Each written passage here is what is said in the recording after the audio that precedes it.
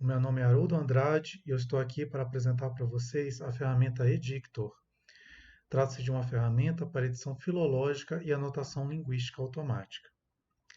Eu vou começar apresentando para vocês nesse vídeo alguns conceitos fundamentais sobre esse programa, uma apresentação, um histórico e como instalá-lo e como configurá-lo para a sua utilização inicial, ok?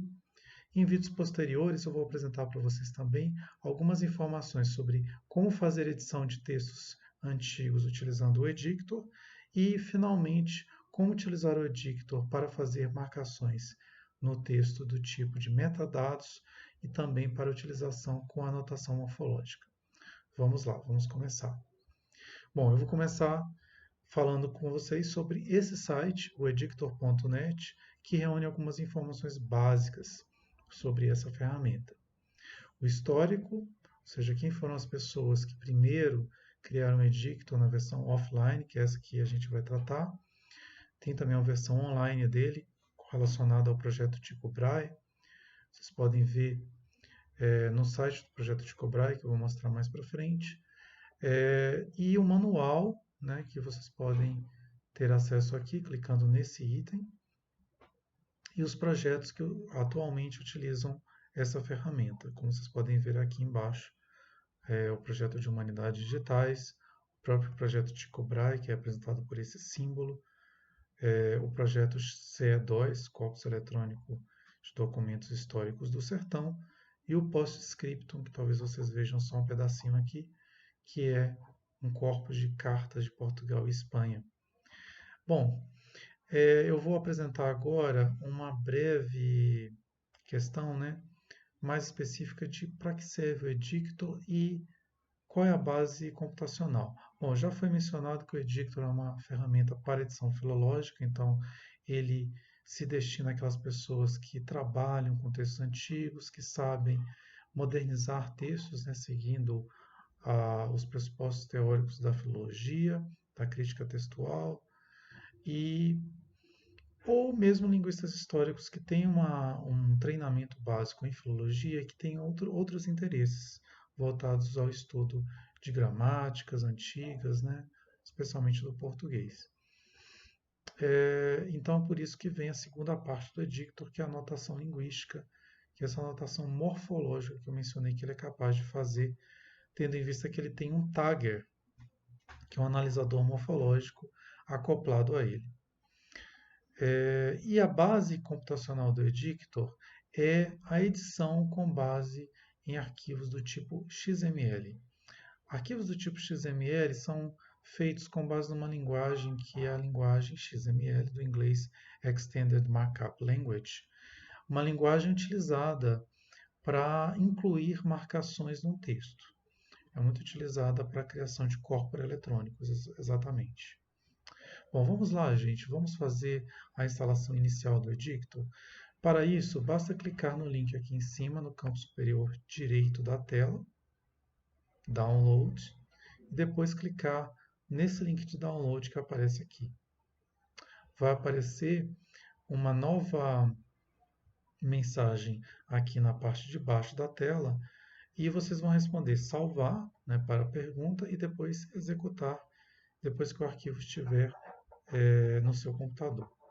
Eu não vou fazer isso porque eu já tenho o arquivo no meu computador. E eu tenho também uma dica, né, para aquelas pessoas que quiserem ou seguir o padrão de edição filológica utilizado no projeto do Corpus Tycho Brahe, ou aquelas pessoas que queiram trabalhar com anotação morfológica. Nesses casos, eu sugiro que, além desse comando de download, feito a partir daquele link, vocês também abram esse link que apresenta versões mais antigas do Edictor, que são as versões beta 5 até beta 9, mas não para baixar uma versão mais antiga, e sim para acessar o arquivo de preferências gerais do Edictor. Tá bom? Então vocês vão clicar nesse último link que aparece nessa página, fazer o download para o seu computador e depois a gente vai ver o que fazer com esse arquivo.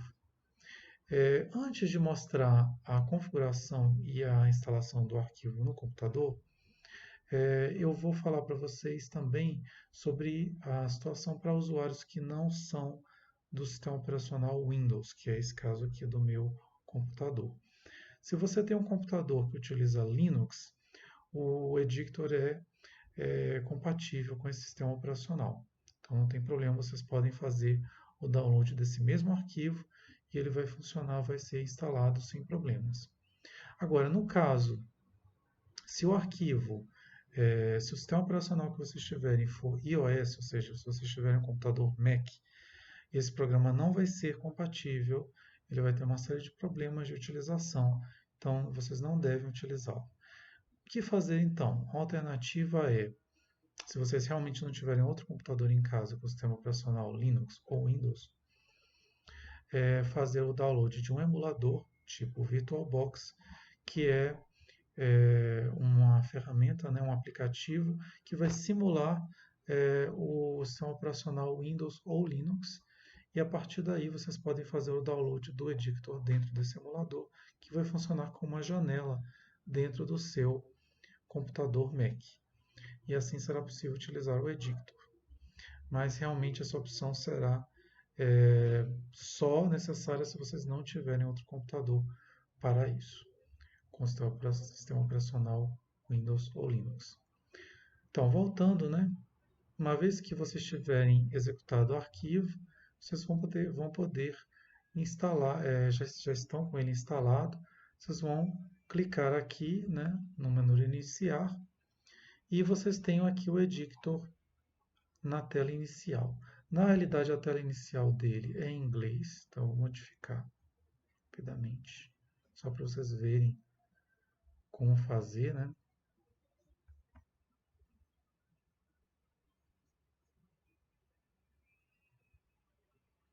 Então, a primeira tela é essa, quando vocês tiverem iniciado o Edictor pela primeira vez.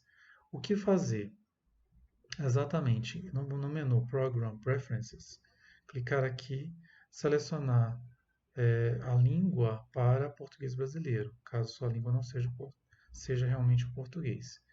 É interessante também deixar, se não estiver selecionado todos esses 3 itens selecionados, que eles vão ajudar bastante. Vocês têm que dar OK e dar um restart, quer dizer, dar uma reinicialização do Edictor para que ele funcione com a língua portuguesa. Então vamos lá. Então agora o Edictor já está em português.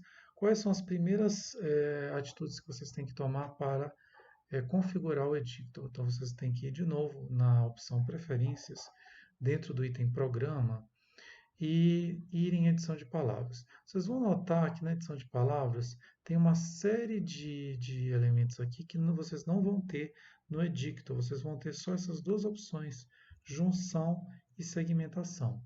Só essas duas primeiras.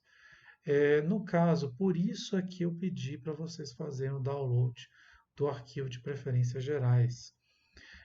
E para carregar esse arquivo, basta ir aqui embaixo no botão carregar, selecionar a pasta onde estiver salvo, né, o arquivo de preferências gerais, no meu caso está aqui, e dar o comando de abrir.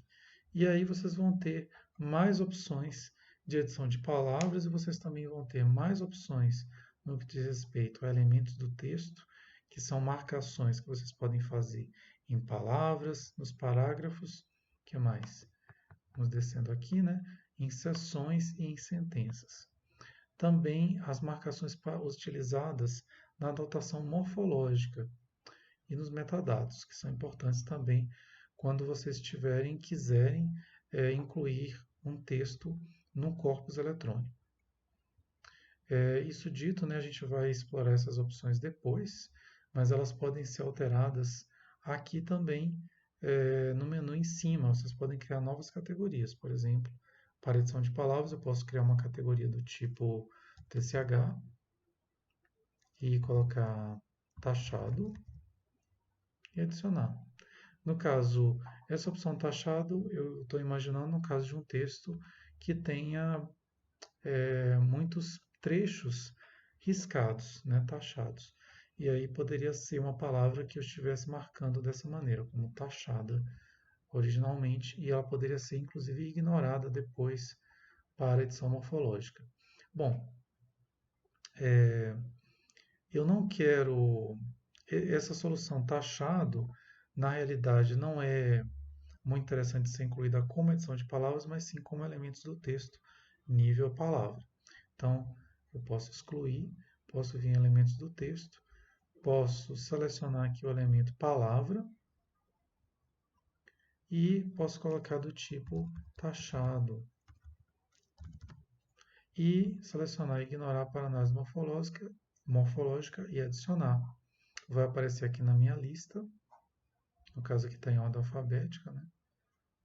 Palavra aparece primeiro e aqui vai aparecer a minha opção taxado e ignorar. Como eu não vou trabalhar com texto desse tipo, eu vou excluir, posso excluir aqui do lado.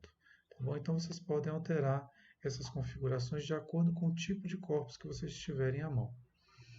Isso também pode ser feito, né, à medida que vocês forem trabalhando com o texto. Então vamos dar OK aqui. E aqui nós temos a primeira aba, a aba de transcrição. A aba de transcrição pode ser trabalhada tanto a partir de abrir um arquivo TXT, como de fazer edição diretamente aqui na tela. Se eu fizer edição diretamente na tela, eu tenho duas opções, né? Ou eu estou fazendo a edição a partir de um arquivo físico, né, que eu tenha em papel e eu estou transcrevendo. Então, por exemplo, digamos que eu esteja transcrevendo um jornal da província de Mato Grosso. Tem um título aqui do jornal, tem a notícia 1 e assim por diante. Né?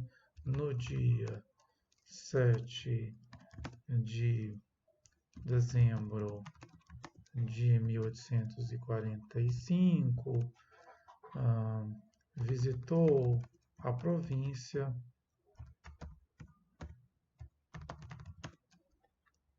o Barão da Pedra Branca. Estou imaginando aqui algum texto, etc, etc. Bom, eu vou editar o meu texto da maneira como eu quiser. Tem a opção também, se eu estiver trabalhando com um texto que já tenha um facsímile no meu computador e eu queira evitar aquele procedimento de ficar trocando de janela, né, de ficar olhando para uma janela, olhando para outra, eu posso trabalhar, em vez disso, né, se eu tiver as imagens do arquivo uma a uma, seja em formato JPG, ou PNG, ou GIF, etc., eu posso fazer, não funciona se tiver um PDF, tá? Em muitas páginas, tem que ser página a página. Eu posso vir aqui no botão abrir imagem, né? Ir até onde está essa imagem. No caso aqui eu tenho uma imagem do jornal Manuelinho Débora, que é um jornal de Portugal. E essa imagem vai abrir no lado direito da minha tela. E eu posso, inclusive, aumentar o tamanho, né? Para trabalhar melhor. Então, digamos que eu estou trabalhando com. Posso baixar aqui, né? Posso trabalhar só com uma coluna desse jornal. Aumentar mais ainda. E aí, evidentemente, depende da qualidade da minha imagem, né? Que a qualidade não está muito boa, mas vocês podem trabalhar assim, né? Facilita para não ter que ficar trocando de janela. E existem algumas funcionalidades nos 4 botões do lado esquerdo que, na verdade, a gente vai utilizar mais os 2 botões do meio. Então, um botão é o primeiro, o botão de comentário. A gente não vai trabalhar tanto com comentário. Esse comentário é importante dizer que ele funciona de maneira geral para o arquivo, são comentários de âmbito geral e eles vão ser inseridos no final do arquivo, mesmo que eu coloque aqui no início. Então, digamos que eu quero inserir um comentário, então aqui é um comentário novo, vou dizer o nome da pessoa que está inserindo o comentário, vou colocar um resumo, então, por exemplo, título, né? Título original, e aí eu vou dizer o título original do jornal aparece em letras em caixa alta,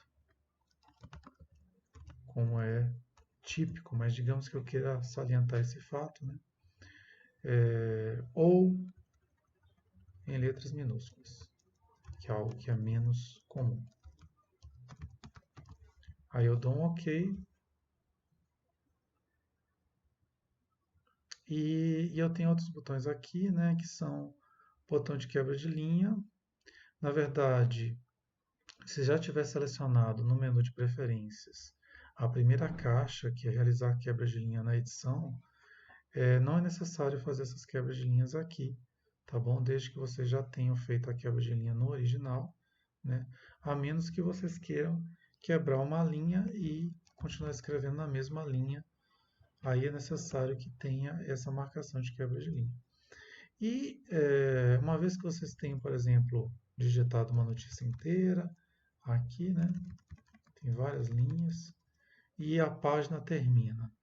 E aí eu quero fazer uma quebra de página. Então vocês utilizam o segundo botão desses 4 aqui, que é quebra de página. Tá bom? Então falamos sobre o primeiro, que é de comentário, o segundo botão, quebra de página, o terceiro, quebra de linha, que eu falei que só é utilizável caso vocês não tenham selecionado lá no menu preferências. O quarto botão é o botão de quebra de coluna. Seria, por exemplo, nesse caso que eu tenho um jornal, eu tenho diferentes colunas, mas não é tão interessante, né? É mais interessante se você tivesse uma coluna daquelas que a gente utiliza em tese e dissertações do tipo, por exemplo, eu tenho uma lista de jornais, eu tenho aqui jornais e datas, e eu tenho aqui, por exemplo, Folha de São Paulo, e tenho Jornal à Tarde da Bahia, e tenho Jornal O Tempo de Minas Gerais, né? E eu tenho aqui datas diferentes para esses jornais e eu quero separar as colunas. Então, por exemplo, 1/1 de 2000 ou de 1917. Eu tenho o Jornal à Tarde de 1/3 de 2017. Eu tenho o Jornal O Tempo de 1/5 de 2017. Uma questão.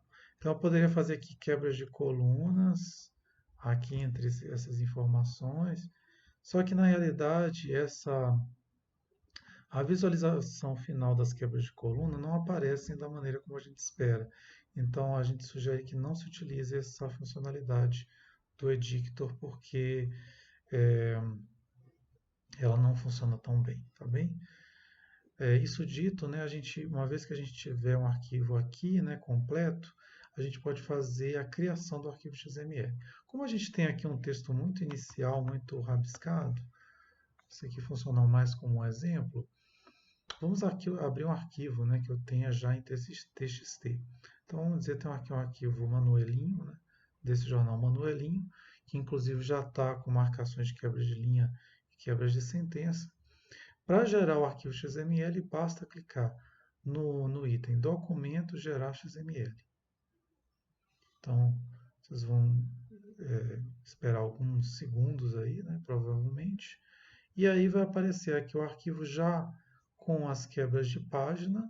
As quebras de página aparecem no canto superior direito, que vocês não veem aqui, né?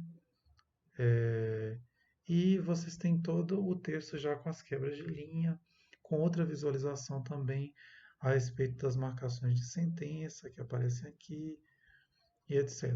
Isso a gente vai trabalhar no próximo vídeo, ok? E sugiro que uma vez que vocês tenham terminado de gerar o arquivo XML, ou mesmo o arquivo transcrição, né, o arquivo TXT de base, vocês salvem o arquivo utilizando essa opção salvar ou salvar como aqui no menu de cima. Então tá, gente, espero vocês no próximo vídeo sobre edição de textos utilizando o Edictor.